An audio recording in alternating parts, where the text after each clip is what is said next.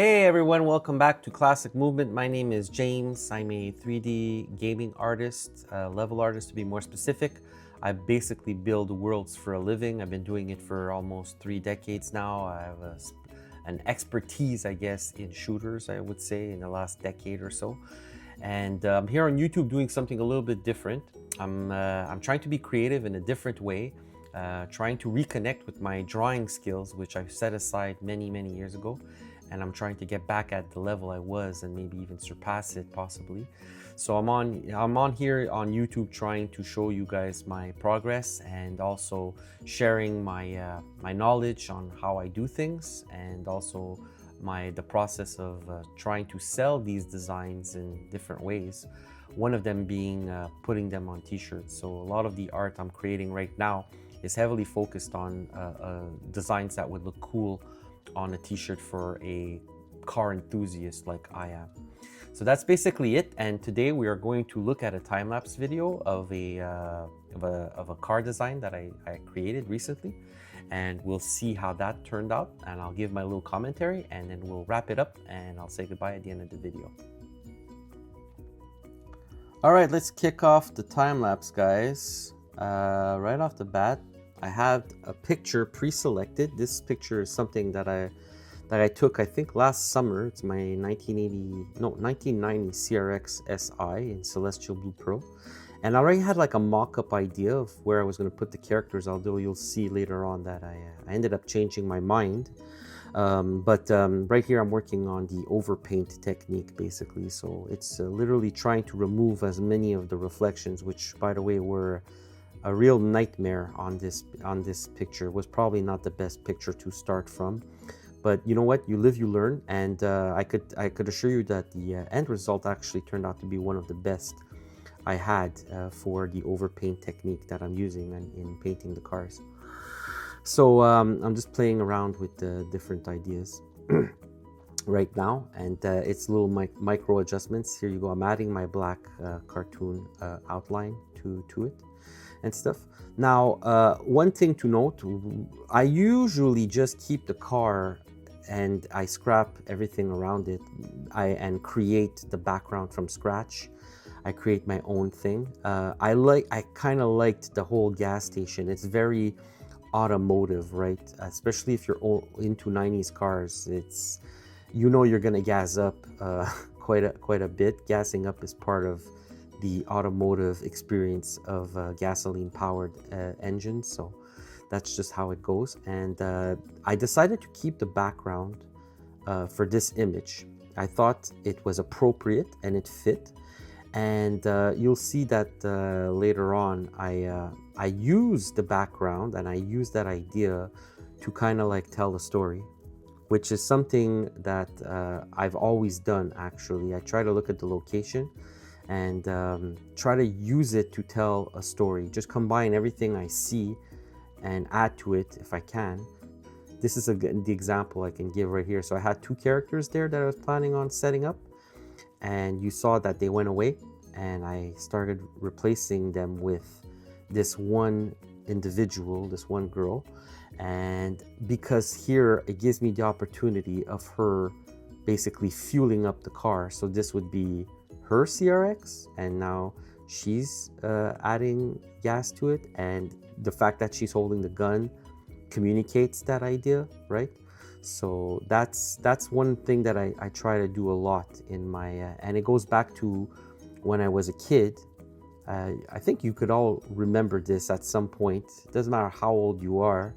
I think you'll all remember early on when in school, I think every single teacher asked their students to like draw their family or where they live, or just they give you a very general broad theme, and most kids anyways, I remember, would draw a house and a couple of stick figure people representing them and their mom and dad.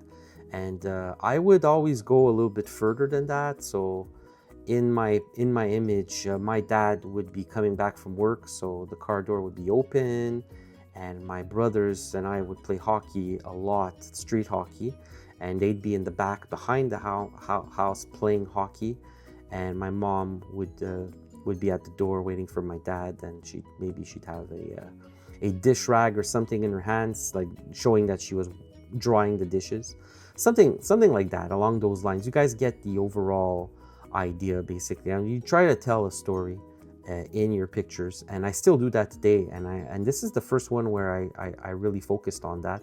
I like the idea that she's just fueling up, and she's just being cute and fueling up her car, and she's on her merry way in a few minutes from now, but we caught her just in time.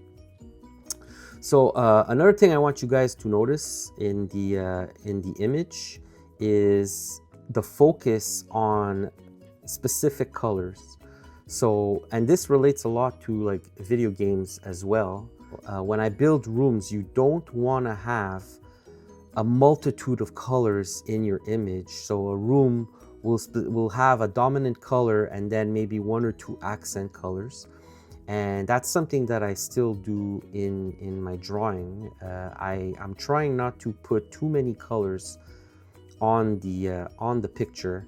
So blue is the dominant color here because it's the color of the car, and you'll see touches and different tones of blue, right, in the sky and on the ground. I added a little stripe there. Her jeans, try not to make it all the same blue, because then things kind of melt together and you don't see stuff. They're not defined. So, but blue is the dominant color, and then there's like touches of red happening here and there. And that's the secondary color that I tried to bring in, and it's very powerful, the opposition of two colors, red and blue. So I had to dose it just right and not put too much. But notice how I made the pistol in her hand is actually red, and that was, I could have made it another color, but I decided to make it red. I thought that it worked really, really well.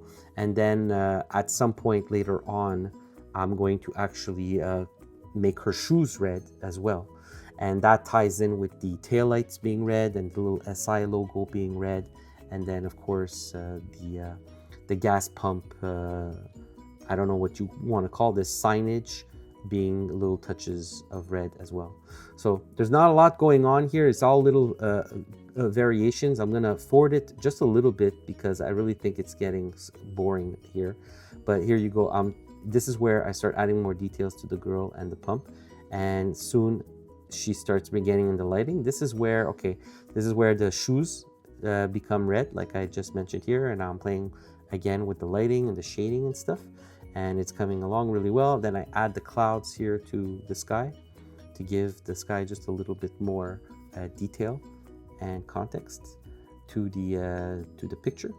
And again, more highlights coming into the girl and some reflection on the car door. And that's pretty much it, guys.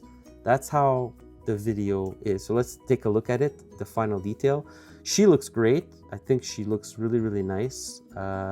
Reminds me a little bit of Alyssa Milano. I might be wrong. I had a huge crush on that girl for most of my life, and it's not a surprise that I would have her. She's got her pockets sticking out from her cut jeans. I thought that's a cool look for her. And then you see I gave her those little red shoesies and the classic, of course, the classic logo on the license plate.